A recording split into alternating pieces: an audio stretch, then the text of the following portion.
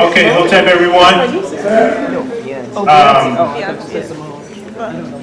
This is a panel on the debate and origins of the meaning of the word Kemet.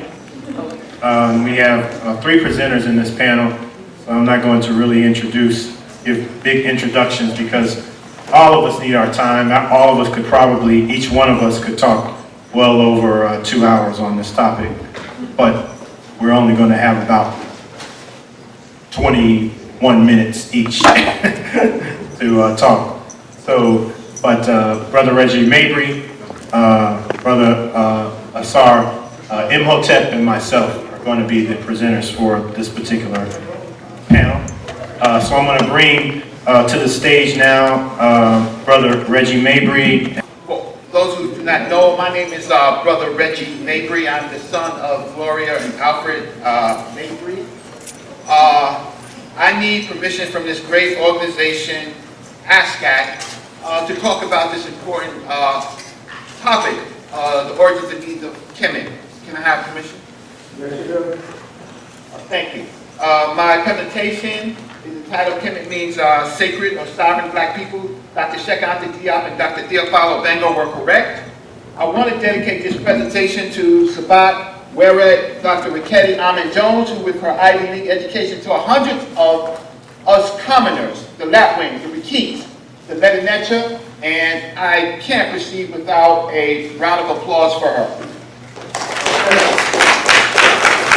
I want to say thanks to Netanyahu for his work on Kemet and his corrections of Ascac and Hotep in the debate that they had. My mentors, Dr. Jeffries, Rosalind and Leonard, Professor James Small, my organization Sons of Africa, to Dr. Acer, to Dr. Jacob Carruthers and his partner Dr. Milana Karenga for the insider starting this organization. And I also want to dedicate this to the Ascac Nipsey Hussle, the correct, not because I said it, but because his mother said it. So you should see the funeral procession with his mother speaking. What we do here resonates in ways that we don't understand. Next slide. Why this is a debate. We must defend Kemet from an go back, see if you can play the video. We must defend Kemet from an out of Africa name origin. Can you play it? If it doesn't play, that's fine. It's not playing, click it. You gotta click it. Yeah.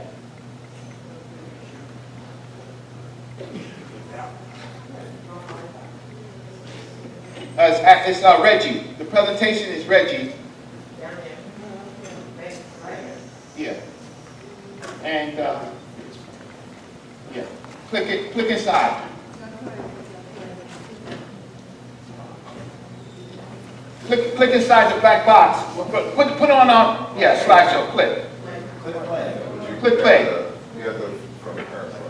Okay, you can't hear it, so enlarge the slideshow and I'll just continue without it. Basically, so you put slideshow. Yeah, from current slide. From current slide. There you go. Thank you so much. Okay, go to the next slide. Okay, we can't hear the audio, so let's move on. Basically, what's happening here is that Ascac Imhotep is saying that Kemet is a cognate of a word from Lagash Sumer, which is Kuduro. And next slide. And so that's what he's doing right there. And if you look at my sheet, well, I can come back to it, but if you look at my sheet, I have written down basically the source for Kuduro. And yes, Kuduro means wet land. But it's really famous from the forest story, and the farmer's story says, when it talks about wet land, do not dig a canal, let me be your canal. Do not plow a field, let me be your field, farmer. Do not search for a wet place, my precious sweet, let this be your wet place. So in where the origin of, or where Kuduro is used, it is used in the context of sexual genitals and fluid. But my adversary, Ascac Imhotep, believes that that is a cognate of Kemet.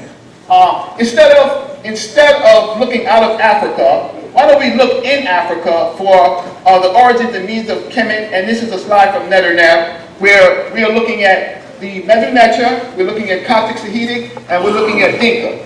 Next slide. So, like I said, he will argue that Kadura is a word from Lagash, and that's the this is the source. It doesn't mean damn irrevocable land, but the fact of the matter is it's used in the sexual context as I showed in the farmer's instruction. Next slide. Next slide. Okay, so that's what I just read. Next slide. Okay, so let's get to the origins and meanings of Kemet, an African worldview and its evolution. We see Kem and Kemet begin here. This is the oldest pyramid text. And Kem and Kemet evolved in the late Old Kingdom to this glyph on the left, and then towards the Middle Kingdom to this to these graphings over here. In Egyptian grammar, syncretism and history, the left side means sacred black cattle, then the right side means sacred black people. The adjective qualifies as determinative, second to diop. Here we are not ignoring the determinatives. Next slide. There is an order of creation in ancient Kemet if you do not know. There is the creator, there is the netters, there is the humans and the king, there is the beast, the cows, there are the reptiles and creepy things. And this is the order of the things. Land is just created as a place for these things to exist. So there is a hierarchy, and on the top is the creator, the netters, and the king, and et cetera, et cetera. But land is on the bottom. Next slide. So here is where we first see Kem and Kemet, if you've read the Unis Papyrus, in Medu Neter, and it basically says, see how Unis stands there among you, 2 horns of him like them 2 wild bulls, for thou is a black ram, son of a black sheep, born of a white sheep, nursed by 4 sheep.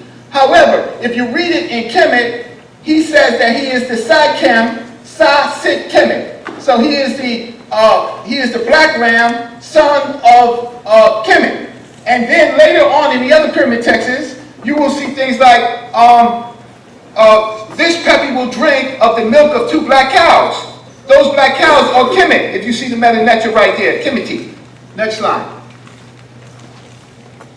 Okay, so what I'm posing is that the origins and meanings of Kemet come from this graphene on the left becomes this graphene on the right. They are the same. Why? Because humans are divine cattle. How do we know that humans are divine cattle? Well, we have the instructions of Mercari, where in it says that humans are the Awad Neter, and humans are the noble cattle, and Jedi the magician at the Khufu time, right? So, the other thing that you have to understand that the years of the king's life is counted by cattle counts. Men and humans, humans and cattle are combined. Next slide. I'm talking about the origins of the word Kemet. So Kinketti says, and you can see the Medu Neter up there, provide for men the cattle of God, for he made heaven and earth at their desire. Okay, so basically I'm just showing you that exists in the Medu Neter. Next slide. I have already shown that Unis being the Sa-Kem, the black ram, who is the son of the black sheep, Sa-Kemet. Keep in mind that depending on the cult, cows and sheep refer to cattle, and humans are divine cattle. If Kem does not mean black in this, then Asar-Imhotep is going to have to translate Sa-Kem and Sit-Kemet with those glyphs. It's not ram's land, right? It's not human land, right? If the black ram and black sheep and connected to cattle, then you find, I'm basically saying that the black cattle and the black humans, or the sacred or sovereign black humans, are connected. And you have to find something in that Neter text that's going to rule this out. In this period, not at a later period. Next slide. Okay, so now what is the rationale for this connection?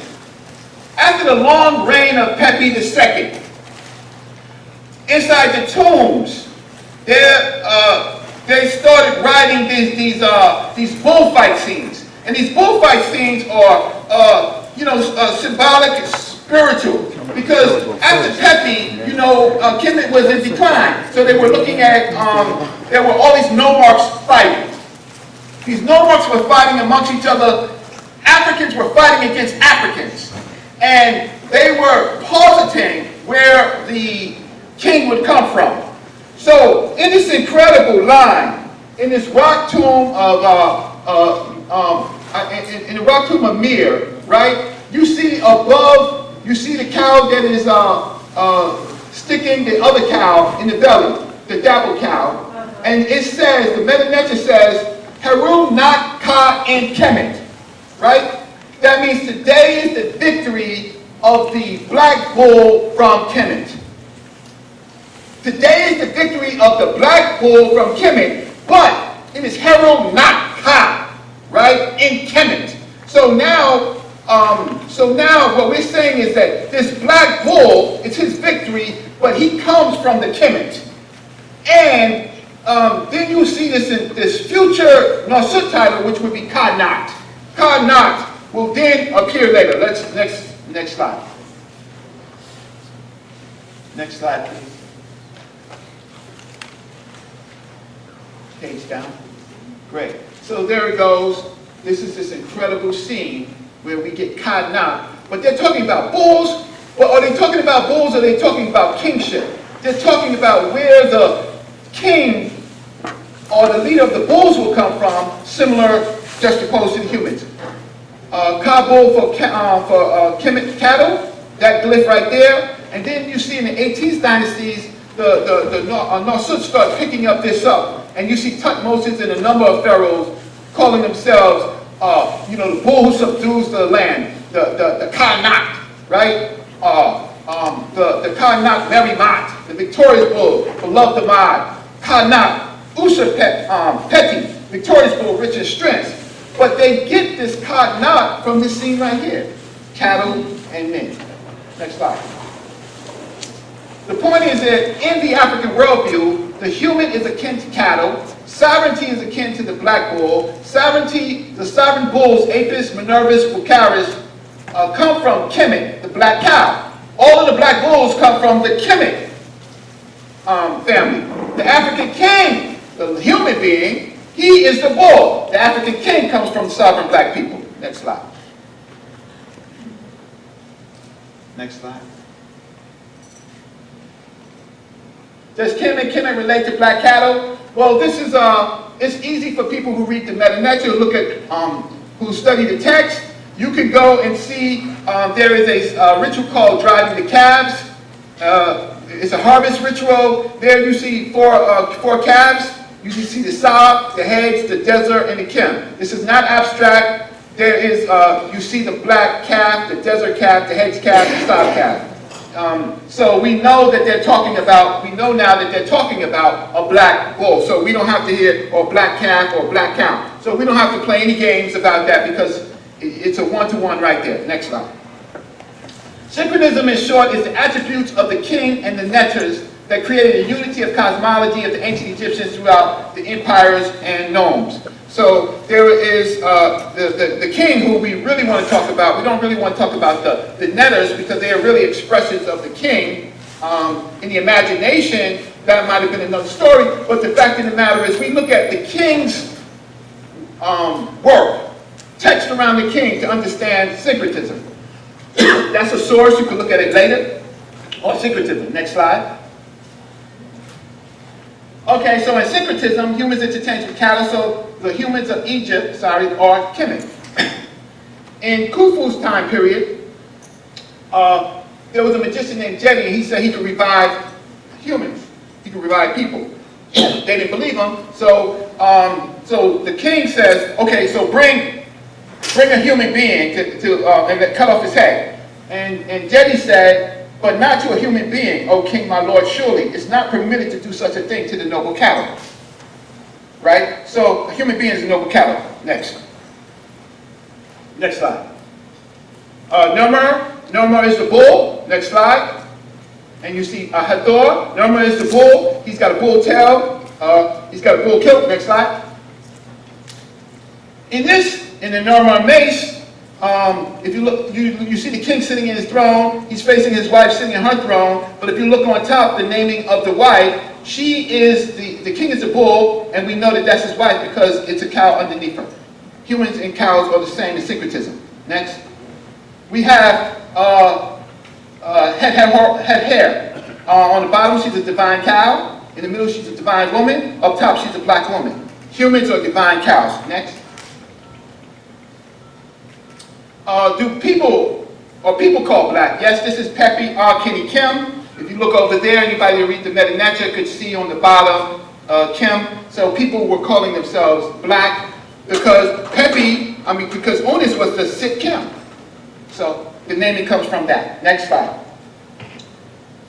I'm not making up that Kim is cattle because this is an actual, sketch of a tomb, and the principal text says, "An offering which the king gives you, Impu, who is upon his mount, who is in place of embalming. The funeral will go to the sole companion or overseer of the black herd and sire of the king of the Lord Honoris, or inherit, right? He was the custodian of the black bulls. He's actually Shu." Next slide.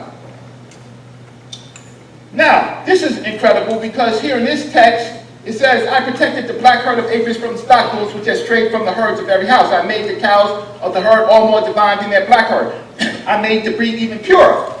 This is talking about the black bull, but it's also talking about humans because this is akin to the Kemetu separating itself from the Nubian Hesi, creating boundaries for the Kemetu.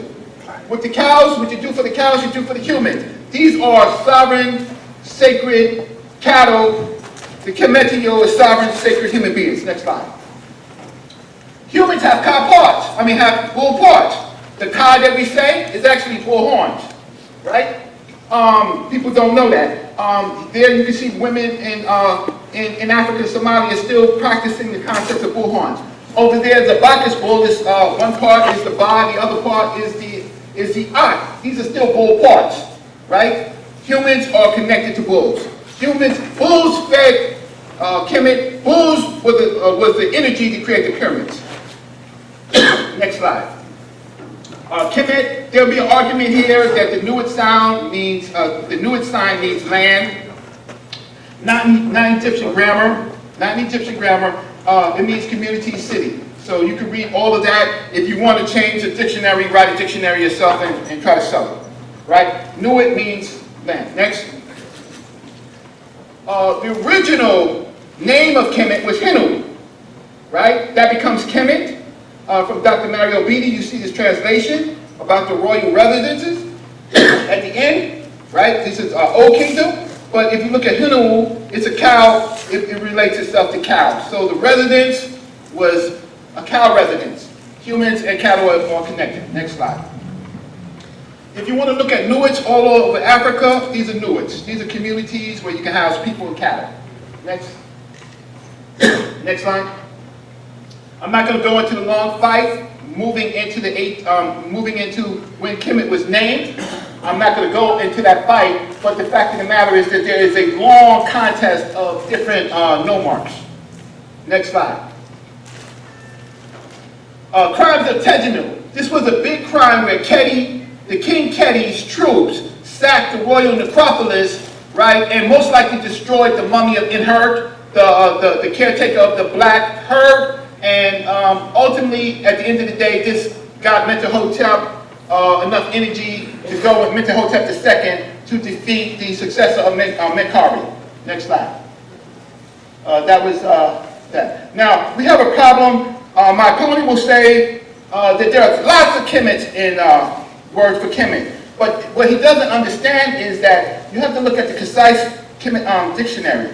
And you have to know that these graphemes in the Middle Kingdom, you have to know that they all relate some way to cattle.